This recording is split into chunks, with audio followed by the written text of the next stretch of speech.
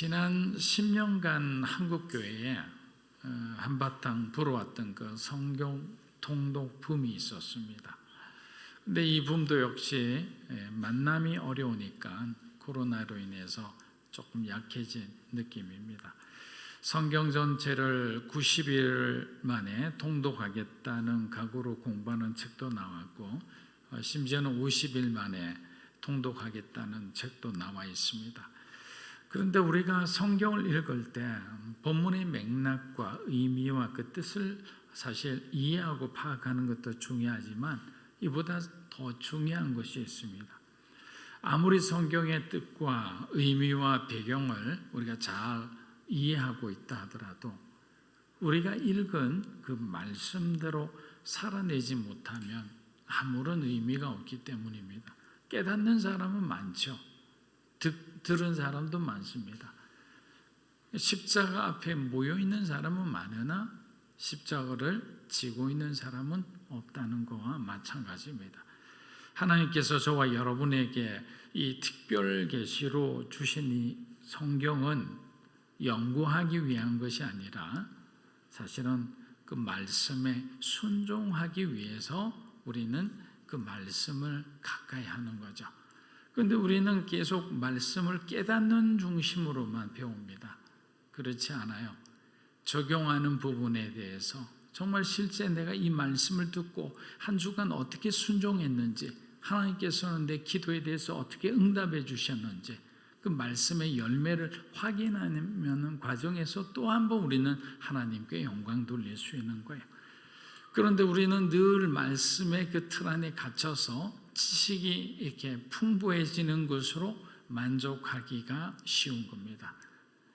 그렇지 않습니다.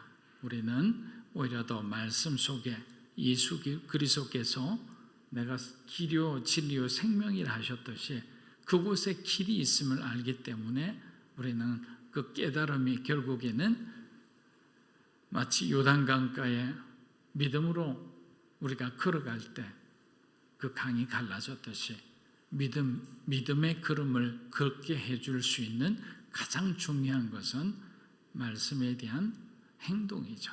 그런 순종의 사람들이 되기를 주님 이름으로 축복합니다. 마가복음 15장 33절에서 35절입니다. 제6시가 되매 온 땅에 어둠이 임하여 제9시까지 계속하더니 제9시에 예수께서 크게 소리 지르시되 엘리 엘리 라마 사박다니 하시니 이를 번역하면 나의 하나님 어찌하여 나를 버리셨나이까 하는 뜻이라. 곁에 섰던 자 중 어떤 이들이 듣고 이르되 보라 엘리야를 부른다 하고. 자, 예수님은 제3시 즉 오전 9시에 십자가에 못 박히셨습니다. 대제사장과 서기관과 장로들은 마치 잔치라도 난 듯이 이 십자가 현장에서 그토록 자기들이 두려워했던 그 존재의 마지막 그 최후를 목격하기 위해서 와 있는 것입니다. 다른 사람들과 함께 예수님을 조롱하고 희롱하며 지켜보고 있는데 3시간이 지난 정오가 되자 주변이 칠흑 같은 어둠으로 바뀌기 시작합니다. 이는 마치 어둠의 세상의 빛처럼 모신 그 고난받는 예수님의 모습을 하나님께서 마치 부각시키고자 하는 듯이 십자가에 달리신 예수님은 처량하게 보이는 것이 아니라 오히려 영광스럽게 보이기까지 한 거예요. 사랑하는 여러분, 우리가 사실 영화를 많이 봐서 그렇지 예수님의 십자가상에서의 모습을 너무 실신 직전의 그 모습으로 상상을 많이 하는데 성경은 그렇게 자세히 묘사하고 있지 않습니다. 물론 상처나고 찢겨 성한 곳이 없었죠.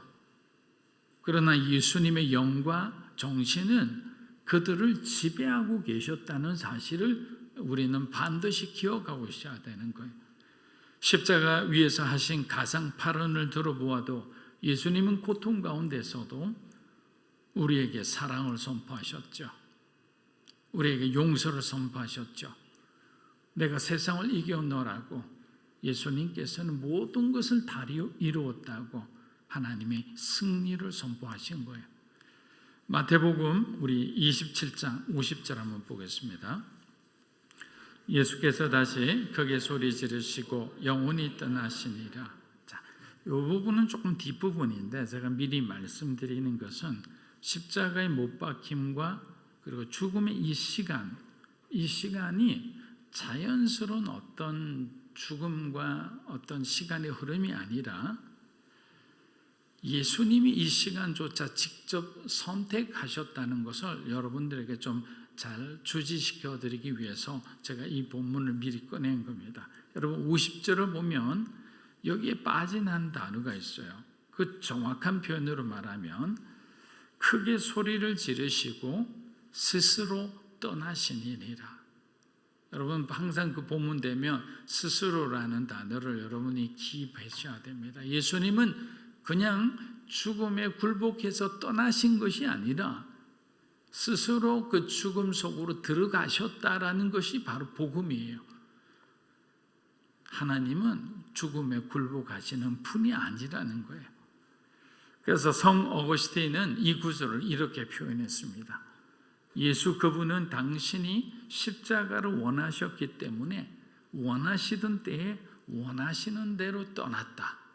얼마나 적절하게 표현했습니까? 원하시던 대로 원하시던 데에 떠났다라는 거예요. 마치 대제사장들과 로마 군인이 이 십자가 형장에 이 주도권을 가지고 있는 것처럼 보이지만 실상은 그렇지 않다는 거예요. 예수님이 가지고 계시다는 거예요. 그리스도인은 마찬가지입니다. 마치 숨어 있는 듯 존재감이 드러나지 않을 때가 많지만 사실 결정적일 때 그 믿음과 충성스러움을 발휘하면서 하나님께서는 그들을 빛 가운데 세워주시죠. 많은 사람이 우러러보는 그런 자리로 한순간에 세워주는 거예요. 그럼 그동안 그 사람에게 무엇이 필요했습니까? 믿음이 필요했죠. 하나님을 향한 충성됨이 필요했죠. 누가 보나 안 보나 그 성실함으로 그 공동체가 그 기업과 그 회사와 자기가 속한 곳에서 최선을 다했더니 나중에 하나님께서 때가 되니까 그를 높여주시는 거예요. 우리는 하나님의 자녀이기 때문에 절대로 세상의 기세와 힘에 여러분 기죽을 필요 없어요.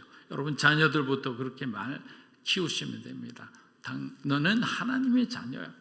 세상이 너를 감당하지 못해. 당당해라. 언제나 당당해라.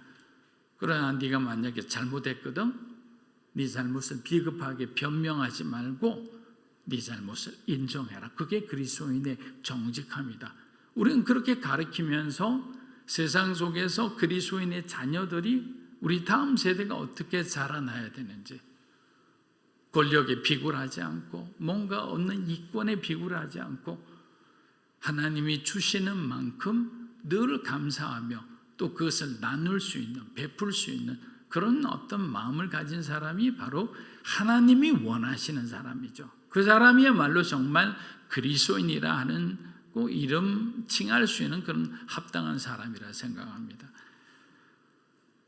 정오의 어둠은 무려 3시간 동안이나 지속되었습니다. 그래서 무신론자들이 이 어둠을 일식 현상이 뭐니 이렇게 주장하는데 천문학적으로 검증해 봤을 때도 그때 일식이 일어났다는 기록은 하나도 없습니다.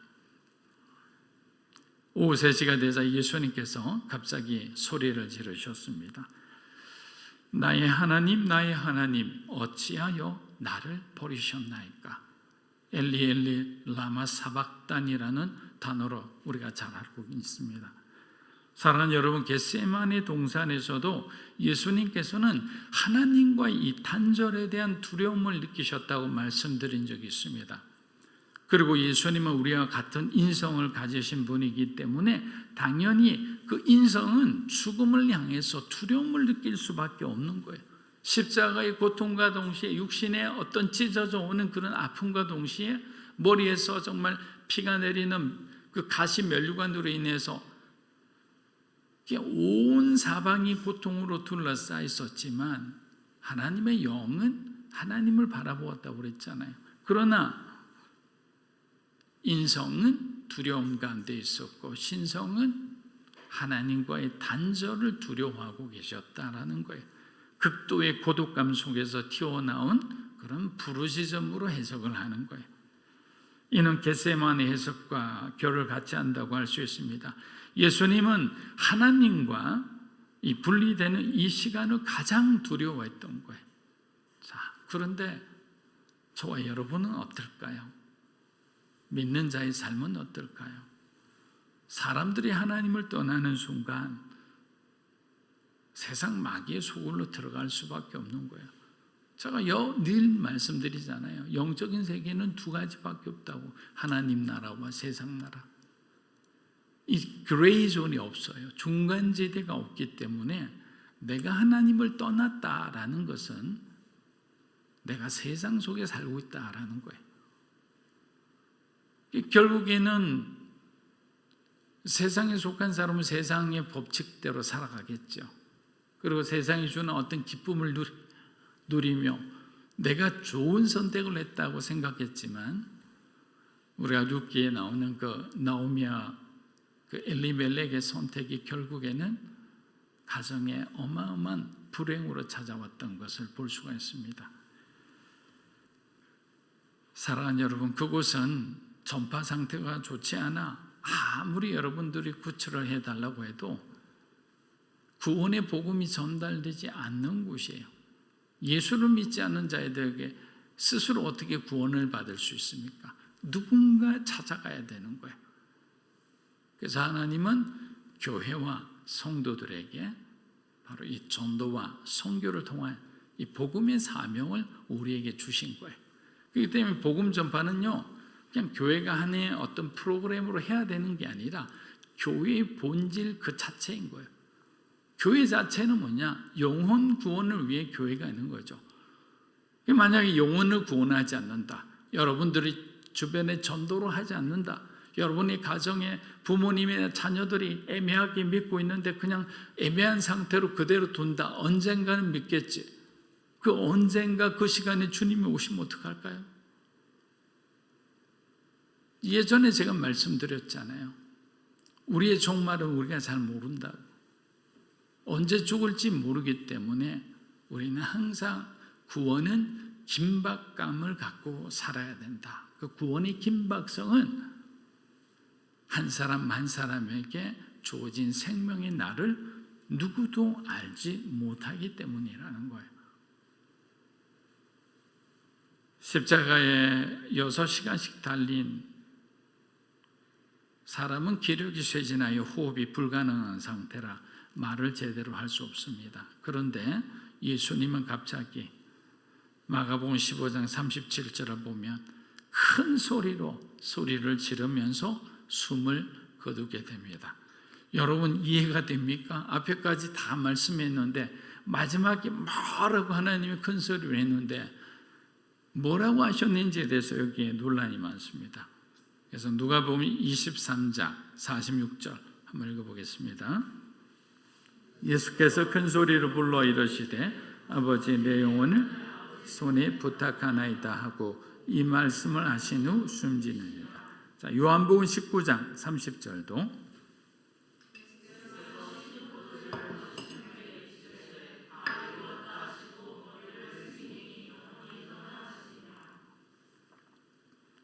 자, 마가와 마태는 내용이 동일합니다. 그런데 누가와 요한복음에서는 마지막 큰 소리를 이렇게 기록하고 있죠.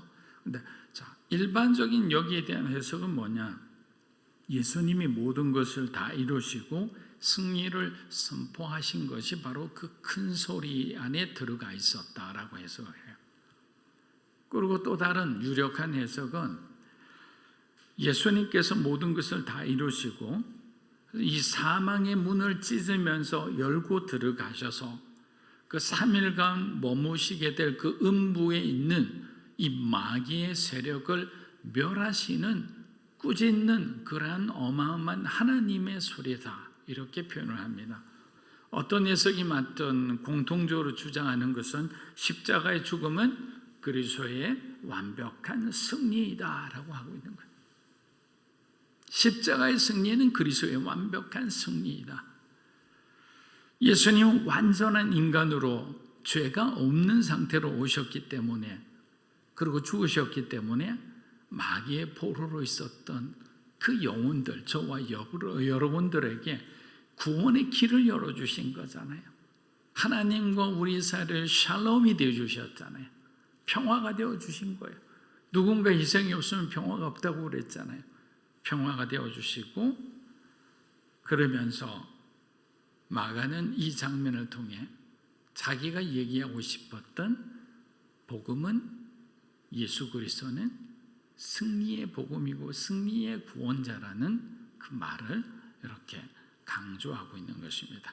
자, 마가복음 15장 38에서 39절 한번 읽어보겠습니다. 이에 성소휘장이 위로부터 아래까지 찢어져 둘이 되니라. 예수를 향하여 섰던 백부장이 그렇게 손주심을 보고 이 사람은 진실로, 자, 예수님께서는 오후 3시에 숨을 거두었습니다. 그래서 우리가 성금요일이라고, 이제 안식일 전날이죠. 전날 예수님께서 돌아가신 그날을 우리는 이제 기념하면서 다시 한번 고난 주간 중에 고난 주일이다, 이렇게 얘기를 하고 있습니다. 예수님이 돌아가시는 순간 십자가 형장 주변은 지금 폭풍이 있는 듯 어마어마한 일들이 일어나고 있습니다. 그래서 그 일을 처음부터 끝까지, 재판의 과정부터 끝까지 지켜보던 그 로마 군대 백부장이라는 아주 높은 고위 관리는 그의 마음에 뭔가 변화가 일어난 걸 느낍니다. 불안한 어둠이 지속되고 땅이 크게 흔들리며 성전의 그 성소의 휘장이 찢어졌다는 소식까지 들리자 이제 로마 백부장은 전후 좌우 모든 것을 바라보면서 그는 결단을 합니다. 그리고 그의 결단은 고백 가운데 나오는 거예요. 뭐라고 고백합니까? 이분은 진실로 하나님의 아들이었다. 그리고 누가복음을 보면 예수님은 그는 의인이었다라는 거예요.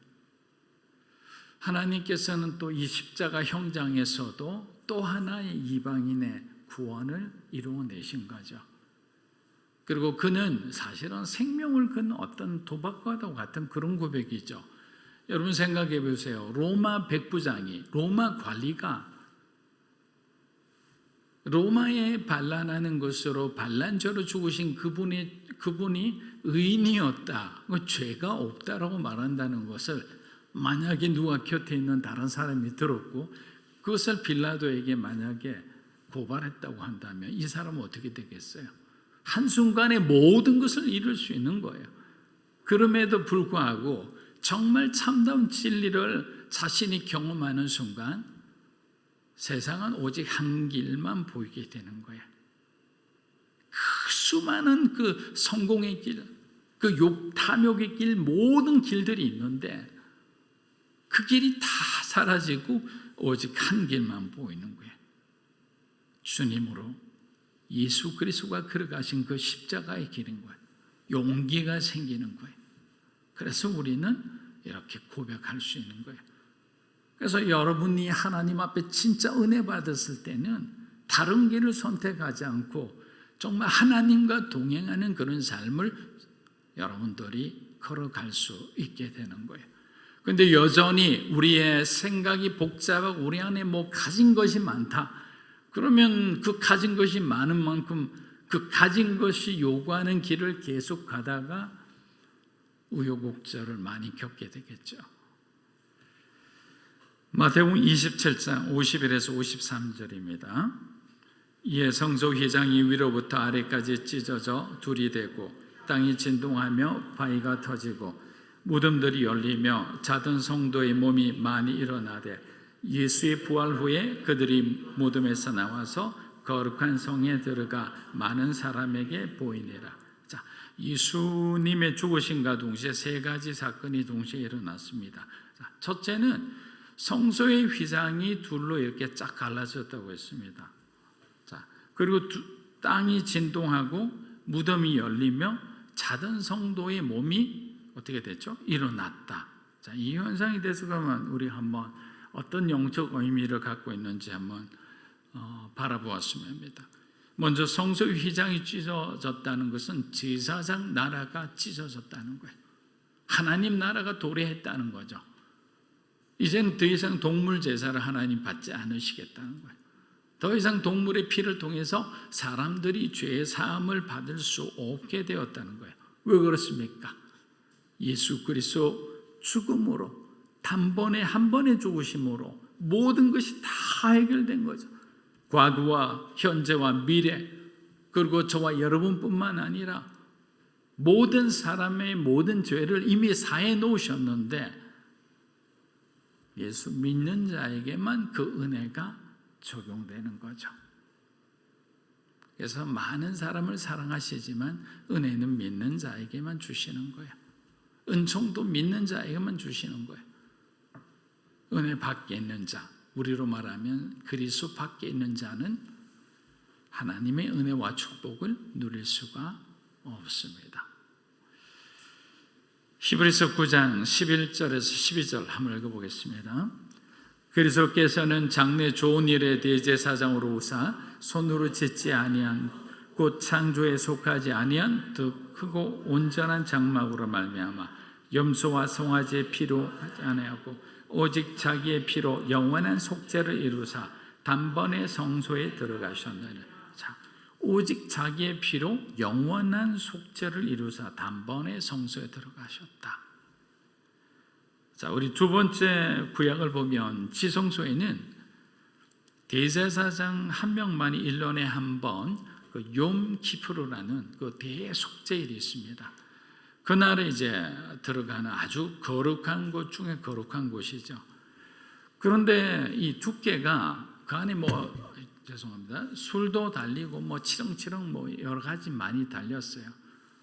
그런데 가로가 20m, 그 다음에 세로가 10m, 그리고 두께가 한 2, 3cm 되는 천이니까 그거를 기계로 잘라도 자르기 힘들 거예요. 그런데 그게 두 동강이 났다는 것 자체가 제사장들이나 현재 있는 유대인들에게는 충격 중에 충격이었죠.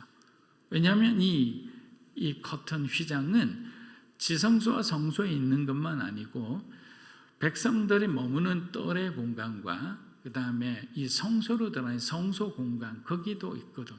두 개가 있는데 어떤 썰은 두 개 다 잘라졌을 거다라고 말하기도 하고 어떤 사람들은 이제 지성소 안에 있는 휘장만 두 개로 갈라졌다 이런 말이 있습니다. 이왕이면 두 개로 갈라졌다는 게 더 좋을 것 같아요. 왜냐하면 밖에 있던 사람도 볼 수가 있으니까. 왜냐하면 지성소에 있는 거 갈라진 것은 대제사장만 알 수 있잖아요. 제사장들만. 그럼 자기들끼리 또 꿍꿍이 해가지고 쏟기면 누가 알 수 있는 방법이 없잖아요. 아마 바로 아는 걸로 보아서는 바깥에 있는 것도 휘장도 아마 완전 그냥 두 동강으로 쫙 갈라졌을 것이다. 그렇게 우리가 이해할 수 있습니다.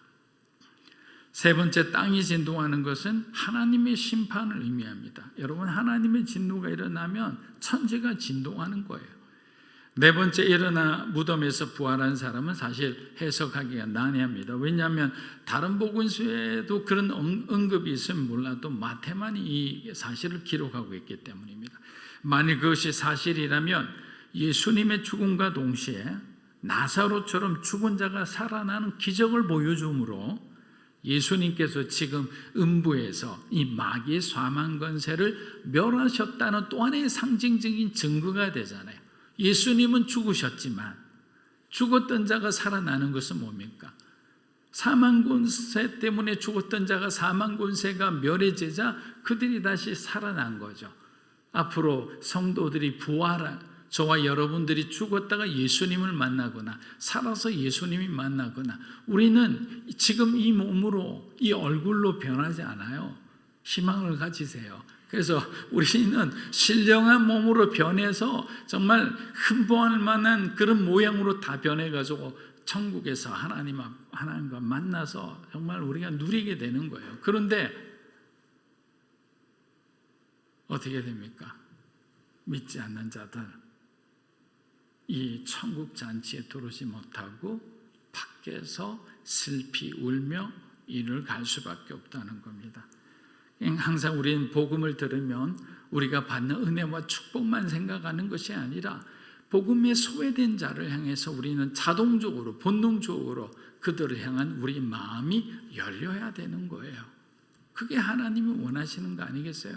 주님은 지금 고통 가운데서 죽으셨지만, 죽음을 선택해서 들어가셨지만 그곳 가운데서도 마귀를 멸하고 하나님은 사람을 살려주셨잖아요. 그래서 살리는 것이 결국 복음이다. 살리는 것이 교회고 살리는 사람이 그리스도인이라는 거예요. 여러분이 처한 모든 공동체가 여러분으로 말미암아 더욱더 건강해지고 살아나는 공동체가 되기를 주의 이름으로 축복합니다. 아버지가 변해보세요. 어머니가 변해보세요. 여러분의 자녀가 변해보세요. 갑자기 어두웠던 가정이 막 살아나는 거예요.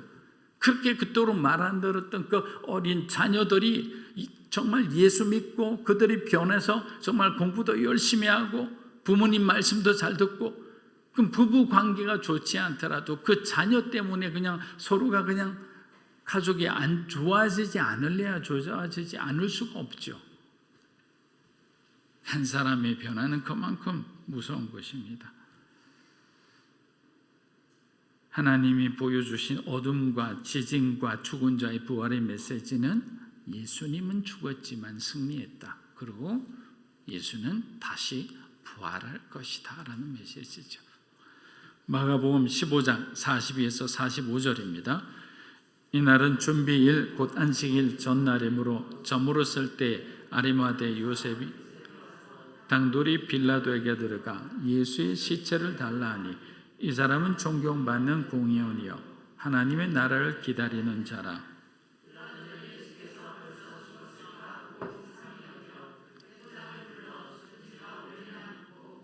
백부장에게 알아본 후에 요셉에게 시체를 내주는지라.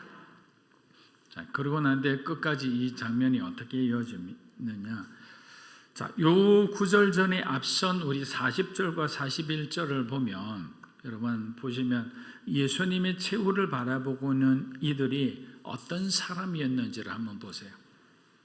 당시 사회적으로 약자에 속했던 여인들만 주님 곁에 서서 주님의 마지막을 보내고자 서 있었던 거예요.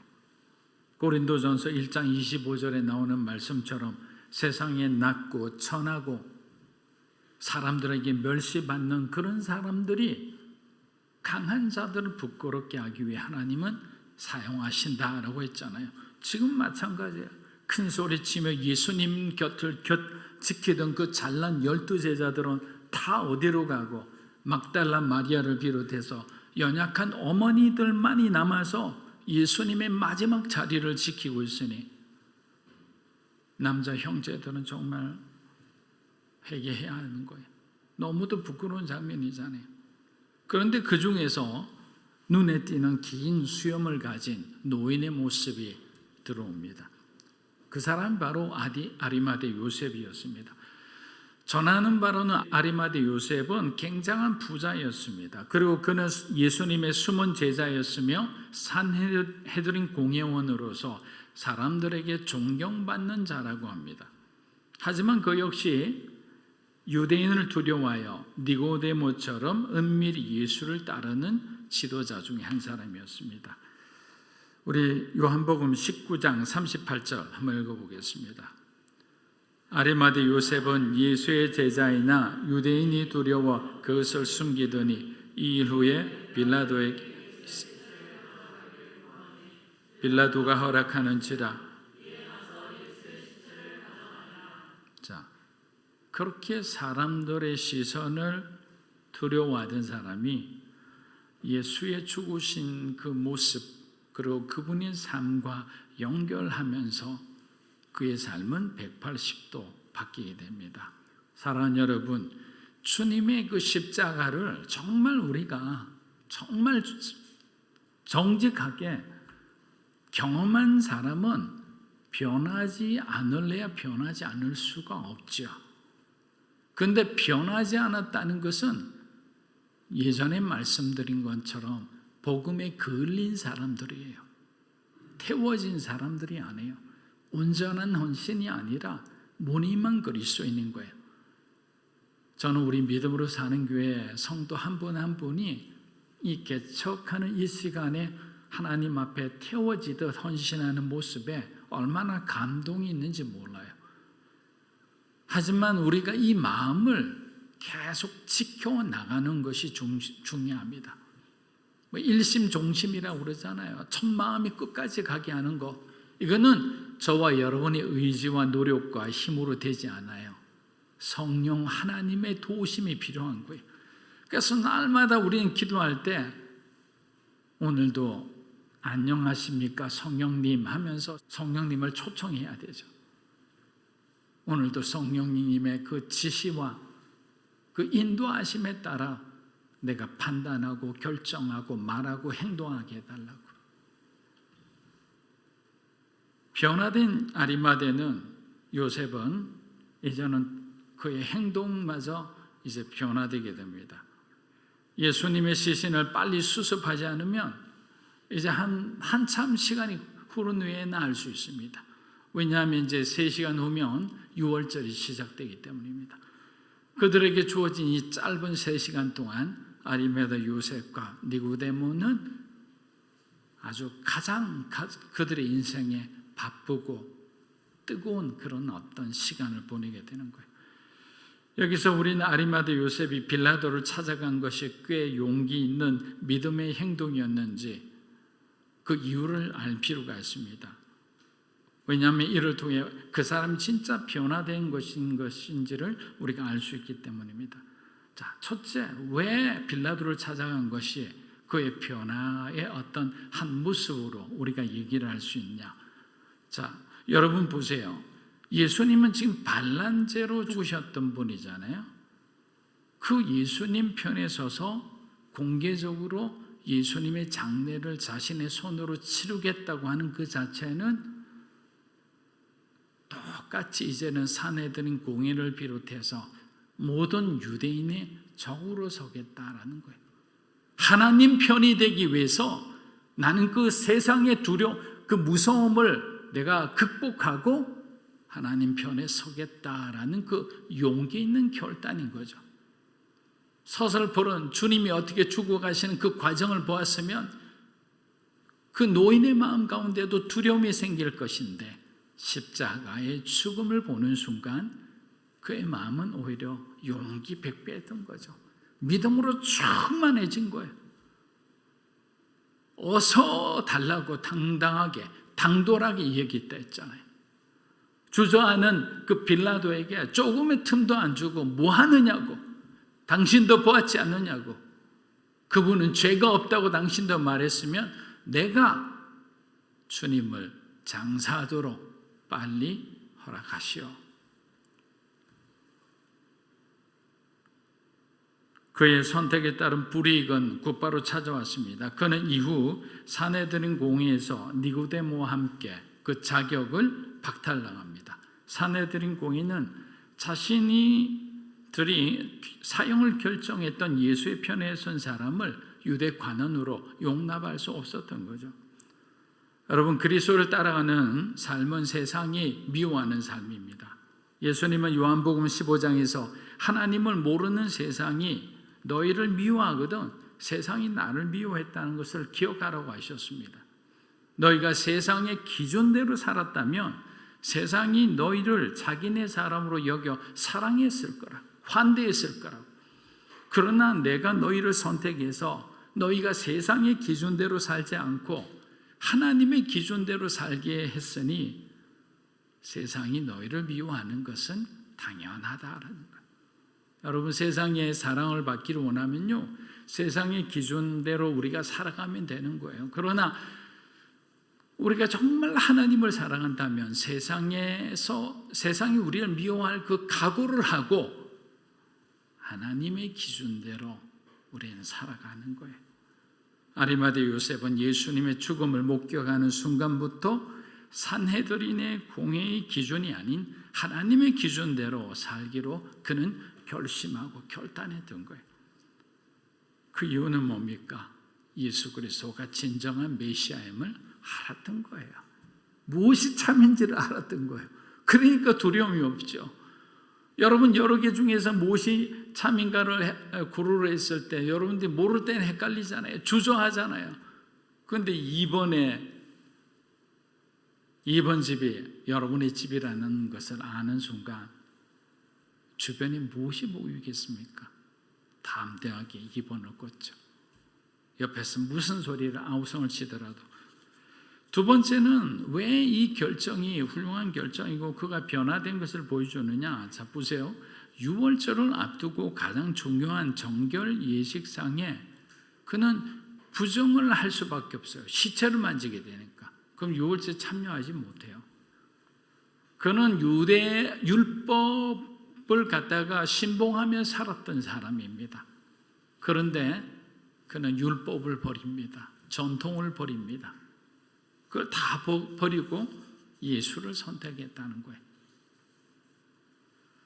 사랑하는 성도 여러분, 만일 여러분이 주님보다 더 사랑하고 있는 것들이 있다면 저는 오늘 이 시간 저와 여러분이 함께 결단하고 내려놓았으면 합니다. 조금이라도 주님보다 더 사랑한 것들이 있다면 그러면 십자가의 진정한 의미를 우리가 깨닫기 어렵겠죠. 어느 목사가 주보의 설교 제목을 여호와는 나의 목자시니라고 정했는데 이 제목이 약간 뒤에 뭔가 있어야 될 것 같다고 생각한 교회 다니지 않는 그 인쇄소 사장이 직원이 다시 전화를 했답니다. 그냥 확인하느라고. 그런데 이제 이 친구가 그만 실수를 하고 말았던 거죠. 그게 전부입니다라고 말을 한 이 목사의 말을 제목의 일부인 줄 잘못 알아듣고 제목에 그 말을 넣어서 여호와는 나의 목자시니 네 그것이면 충분합니다라고 인쇄해버린 거예요. 주일 강단에 올라선 그 목사는 인쇄공의 실수로 잘못 찍힌 그 설교 제목을 여러 번 읽기 시작했고 모든 성도들과 함께 울며 큰 깨달음과 위로를 얻었다고 합니다. 여호와는 나의 목자시니 그것이면 충분합니다. 여러분 한번 따라해 보십시오. 여호와는 나의 목자시니 그것이면 충분합니다. 사랑하는 여러분, 그래서 예수만으로 충분하지 않다고 말하는 것은 바울 사도가 지적한 대로 바른 복음이 아니라 다른 복음입니다. 바른 복음은 주님만으로 충분하다고 말하는 거라고 했잖아요. 근데 다른 복음은 플러스 알파, 주님만으로 충분하지 않다고 얘기합니다. 할례를 받아야 한다고 얘기하는 거예요. 여러분의 삶에 그리스도 한 번만으로 충분하다고 고백이 넘치는 그런 매일매일의 삶이 되시기를 우리 주의 이름으로 축복합니다. 아멘.